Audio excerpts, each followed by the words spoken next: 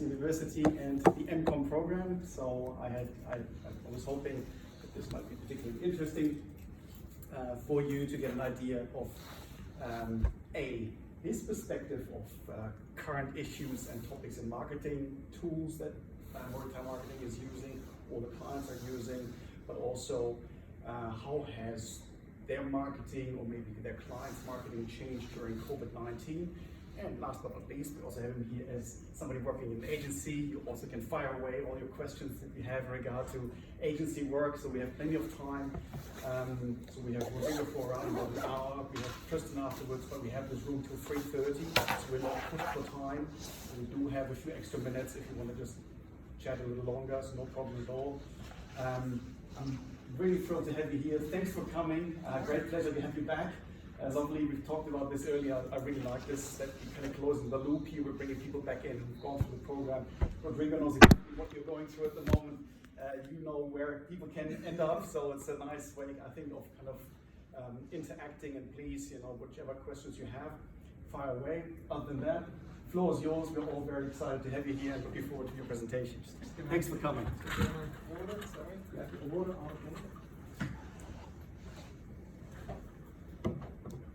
Hi guys. Thank you, George, for first of all having me here. It's a pleasure. And, hi guys there over there as well. Do you just click the yes. I'm Rodrigo for a marketing agency called Multi Group, and I will go through a little bit of that. So just first a little bit of background about me. As Jörg mentioned before, I'm an alumni from UC. I did my MCOM in International Business and Marketing, and then I did my MCOM in Marketing. I finished that 2 years ago.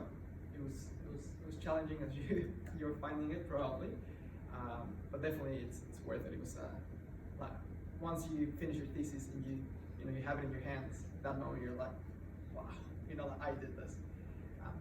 You'll find out soon enough. I always like to say that I'm a football fan, and by football I mean soccer, for those that are in America. And I'm a marketer. I've been working for Multi Group for the last 2 years.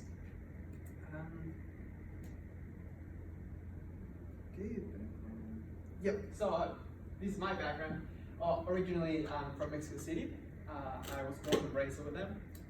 Lived there for 16 years. When I was 16, my parents wanted me to study somewhere overseas to practice my English and to make it better. And because my brother has been here for almost 20 years or something like that, my parents were like, you have two options. Either you go to the States to a military school, or you go to Christchurch with your brother. So I was like, sounds wrong. No, so of course I chose Christchurch with my brother. I didn't want to go to a military school. Who wants to go to a military school? So yeah, I moved to Christchurch when I was 16. Then I went to St. Andrews College. I arrived halfway through year 11. So I did the second half of year 11, year 12, year 13, and then I got my UE credits. So I decided to do an MCOM in Marketing and International Business. And then after that, I was really thrilled with the program, and I got offered to do the MCOM in marketing, so I definitely took the chance and did it. It was very challenging, especially writing a thesis in what is not my native language. That was one of the biggest challenges, but at the end of the day, if you put in that hard work, it pays off. And then after I finished my MCOM, I finished it on February 2018, and I started working for Multi in September, October of that same year. So it's been a great ride so far. So I want to introduce you to my team at my agency. We're a really small agency. We're only 4 people working at the agency, including the owner, which I'll introduce soon. But for the size that we are really across a lot of different marketing areas, and we will go through that as well. So first of all, that's Lee Retzman. She's the chief marketer, the brand strategist, and the owner of the agency. She's been working in marketing. Well, I don't even know. I don't even know how many years, but she's been across the marketing area since she's finished her university, and then she did her MBA as well. Then we have Jaden Ford. He's the other marketing coordinator. He's been working at the agency for 3 years. Then we have me, the other marketing coordinator, and we have Carolyn Brown, which she's a wordsmith and copywriter. So a lot of the big pieces that we need to write, for instance, website copy or the blogs, she's the one that we brief her, and then she comes up with the work, and then we review it, and then if we're happy with it, we'll send it to the client for approval. Yeah, it's just the 4 of us at this point in time. Before COVID-19, we had another senior marketer there, but she decided to do her MBA at UC, so she had to stop working. She has two baby girls as well, so she can juggle all the things. So, but yeah, so this is our team. And what we do is we're a full-service marketing and brand strategy company. So we really focus on the strategy behind marketing plans, digital marketing plans, or the brand strategy itself. And we're inspired by Moritai, the name of the agency. It's inspired by the word Mori, sea breeze, and that is because as a sea breeze, it's kind of like refreshing, like a fresh. So we bring a fresh approach to marketing. My boss told me to put that there. So these are some of the clients we have worked with. It's just not all of them, of course.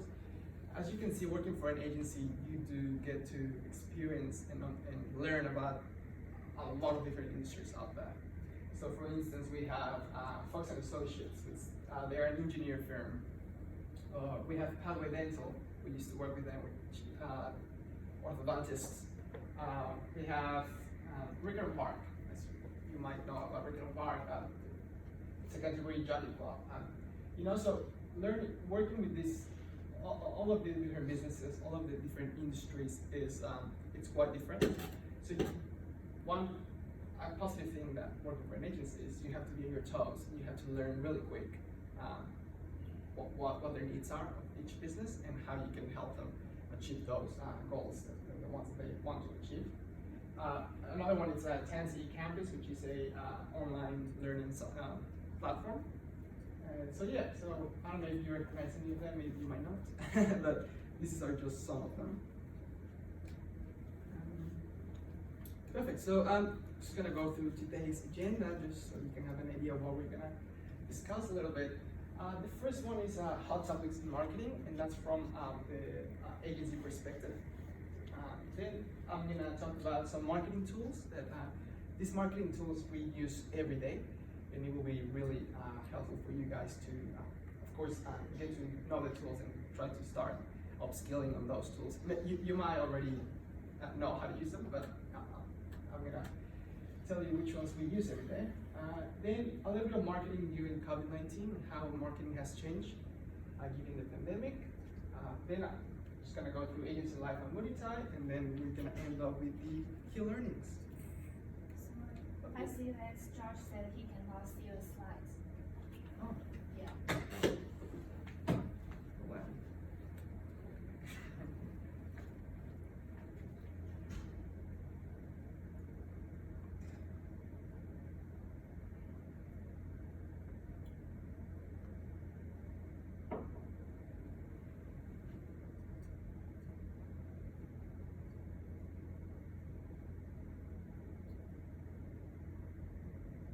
What about now?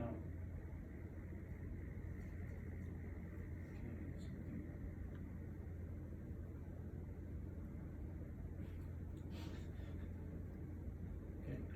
Still good? Great. I don't think it's. So now it's looking for. Yeah. Oh, hang on, if you just click one more. Oh yeah, now it's a different one. Here's what we're saying. I think when it goes full screen, it changes screens. They might just share a different. Oh, we don't have to. Okay, I think it just pops over to that two screens again. Yeah. So see it sharing the other screen.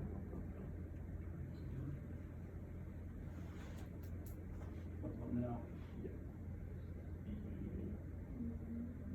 No? So we've got that, not the. Oh yeah, so we're seeing that. sorry. Otherwise, I'll just do this screen here, see what happens then.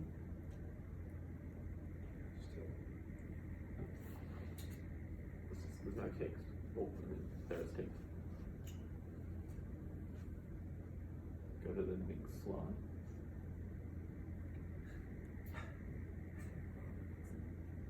Could keep it It low. doesn't change, does it? Sorry. Keep it low tick and just keep it on like the Yeah. draft thing. Might Yeah. be- Yeah, we could. The only thing is you might not see this one, so that's the problem.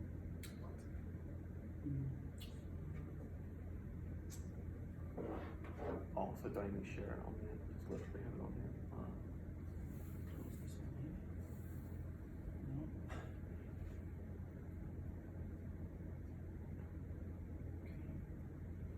I'm starting to think I want to play my video.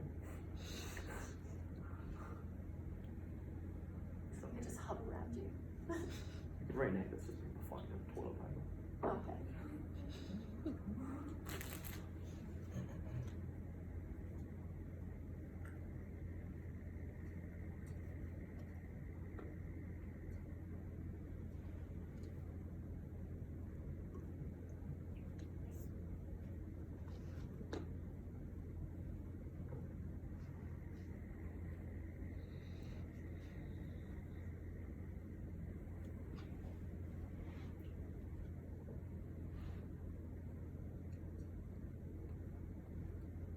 If you close it out and open it again, the share screen, I've done it already. like exit.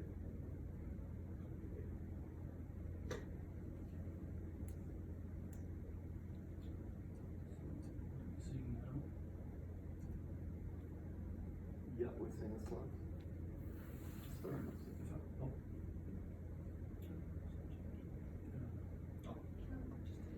Yeah, okay, I think we Alright.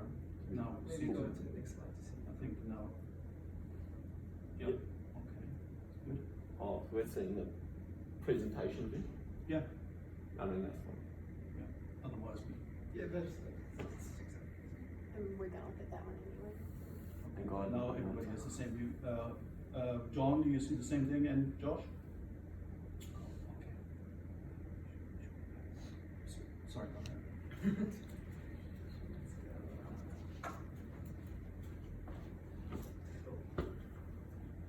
Yeah, so start with the hot topics in marketing. I'm gonna divide this in three sections. The first one is the importance of strategy, and that is that well-thought marketing strategy can drive your business to any situation.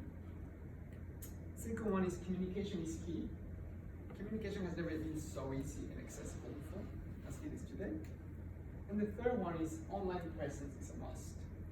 Be found online, be where people are looking. Let's go through the importance of strategy. So as I mentioned before, strong strategy stays relevant. In any marketing strategy, there's three key areas. The first one is diagnosis. The second one is the strategy itself. And the third one is tactics or implementation. So without diagnosis, it's one of the most important ones because if you don't know what the problem is, you cannot fix it. So diagnosis is when you go and check what the gaps are, what's happening, what are the things that are not working, what are the things that are working, because there's no point in changing those. And after you've completely done your research and completely figure out what's wrong, then you can start creating your strategy to fill those gaps. And the way we do it in the agency, in marketing, is we always look at the marketing funnel. I should have added a picture of the funnel, but it's basically, marketing funnel is the process that the consumer goes through from awareness to loyalty. It's not all of them will go through the process, but so what you do with the funnel is you try to fill the gaps as much as you can, so more consumers can go through the funnel. And then that's what you do with strategy. And then the last part is the tactics. That's how you're going to implement the strategy that you've created. and I'm gonna give you an example. 2 years ago, we were working with these two clients that after this pandemic, they came back to us, asked us, hey, we need help again.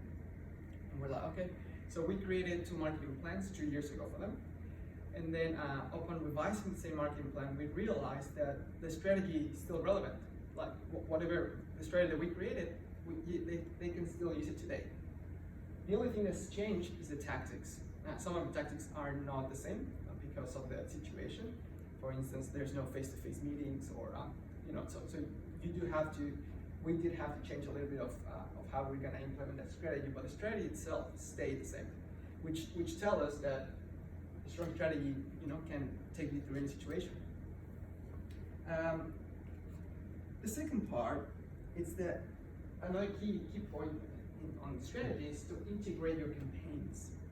And what I mean by integrate your campaigns, it's that a lot of businesses actually, they do marketing in silos. And what I mean by that is they do a little bit here, a little bit there, maybe a little part here, but it's not connected, And if you don't connect it, then it's useless. There's no point in you wasting your time. So you always have to integrate your campaigns, integrate your strategy. That's very important. When you create a strategy or campaign, it's essential that you set SMART goals, and we'll know what SMART goals are. And with those SMART goals, of course, what we do in the agency and what you should do in marketing is do not set the objectives more than 12 months ahead. Always do a strategy thinking 12 months ahead, and once those 12 months have passed, you review and see what worked, what didn't work. So some people do 6 months. They review the 6-month mark to see if it's going in the right direction. That's totally fine and acceptable, but never go over 12 months. And what I mean with integrated campaigns is when you create a marketing campaign for whatever the objective is, it's always better to diversify the channels that you use.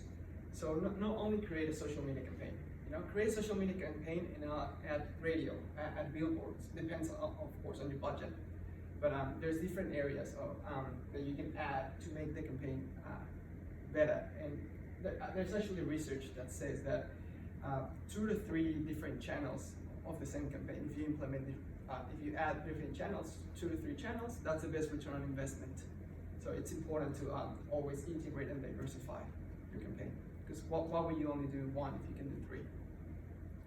And by channels, I mean channels of communication. So social media is one, or we can go more specific, Facebook is one, Instagram is another, like that.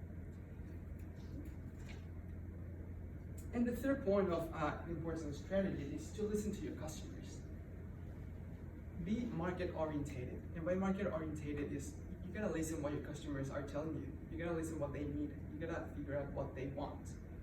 A lot of businesses out there are either product orientated or sales orientated. Product orientated is when they create a product that disrupts the market. They are the best new thing. I'll give you an example. Do you guys know 3M, the company 3M? Well, they created a Post-it back in the 70s, I think it was, or 60s.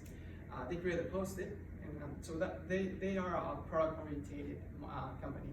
They just want to always disrupt, always want to create new things, but it doesn't always pan out. The Post-it did, because it was a life, it was a changing product, but these products don't come that often. So it's always better to be market oriented, to listen what your customers are actually wanting or needing. And the customers will not tell you what they want because they don't know what they want.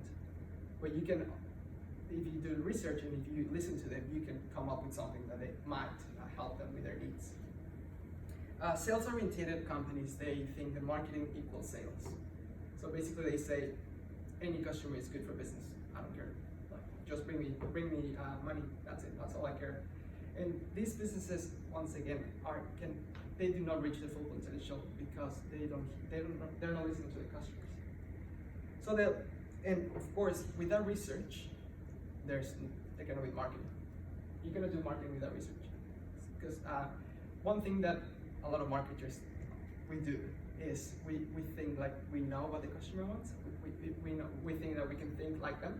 Well, that's further from the truth. you need to do research, guys. Research is key to understand what they want. And research can be from, quantitative, qualitative research, focus groups, surveys, but just research is key. Cool. And then the second section is communication is key. The first one is to connect. Always be in contact with customers, suppliers, friends, colleagues. It is, and by friends and colleagues as well. That's not only for the company's benefit, it's also for your benefit. Networking is really important in this role. So constantly communicate with your past customers, with your current customers, with suppliers, your friends. A simple email, text, message, Zoom meeting. That's really important. Before the digital era, marketing was a one-way street of communication. So it was businesses talk to customers, and some customers talk back, but it wasn't that easy to do. But now with social media and all these digital tools, marketing has changed to a two-way of communication street. So business can talk to customers, and customers can talk to businesses, and that's where the connecting is very important. It's not just to tell them what you sell; it's to create a connection with a relationship. Be authentic. Don't pretend to be someone you're not, and that's for your business. Always stick to your values and follow through with what you say you're gonna do. Another key point there is to be creative. Always be creative. Don't follow do follow the trends because that's important, but don't follow what just copy others. Be creative. Try to think outside the box and get that creativity going. And I do have a video, but I don't want to miss. Should work. Okay. We're online. Should I just click on it? Yes, but we mostly have to then change the screen to share that. So I'm gonna.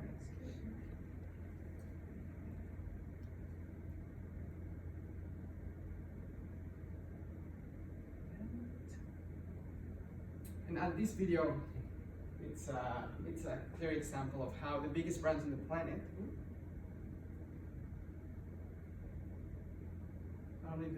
You might have to pause that, and we'll just see whether. John, can you see that? Can you see the video? Okay, so you can just play.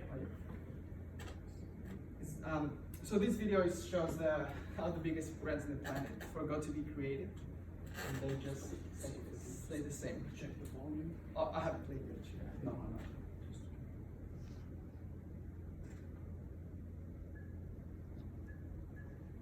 It's not loud enough. Just press it there. Okay.